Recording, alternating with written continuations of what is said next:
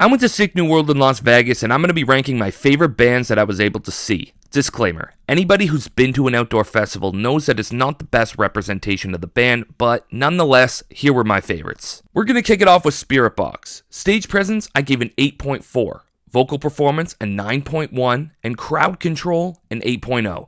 Giving them an overall performance rating of 8.5. Would I go see them again? Absolutely. Spiritbox is one of my favorite bands going right now. They sounded absolutely unreal. They played super early in the festival, but they were still one of my favorite bands of the day. They're coming to Toronto with Korn in the summer, and I'm 100% going to be there. Next up, a huge reason why everybody was there, Slipknot. Their stage presence, I gave an 8.7. Their vocal performance, an 8.7. And their crowd control, a 9.3, giving them an overall performance score of 8.9. Would I go see Slipknot again?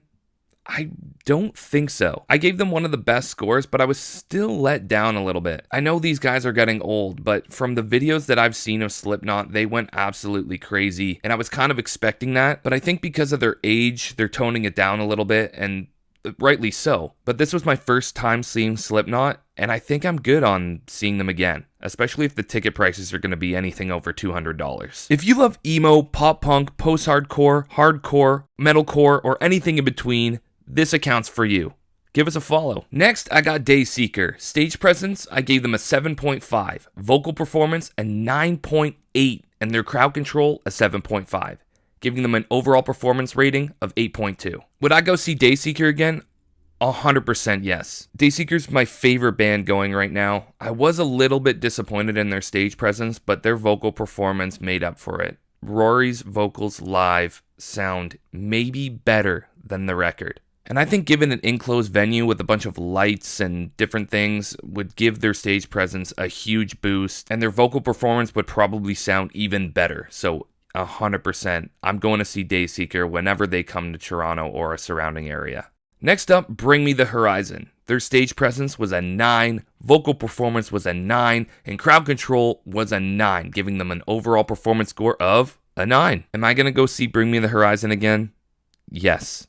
Just yes. They stole the show. I think the crowd was so dead from how hot it was, and their set was a little bit later in the day, but they still somehow had complete control. They were so entertaining. Ollie has the most charisma out of any frontman that I know, and they really know how to get a crowd going and please the audience. I'm so excited to see them whenever they come through in an actual enclosed venue because it's going to be insane. And lastly, I got Sleep Token.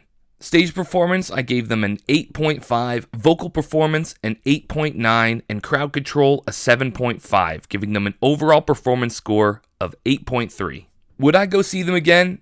Yeah, I would. I wasn't super blown away by their performance, to be quite honest with you, and Sleep Token's one of my favorites right now. And I know that they have a bunch of slower songs, but that wasn't even it. I just thought that they would give more to the crowd than what they did. The reason why I would go see them again is because I think in an enclosed venue, and with all of their theatrics, I think they would put on an amazing show. But I don't know if an outdoor festival is a full encapsulation of what Sleep Token could be.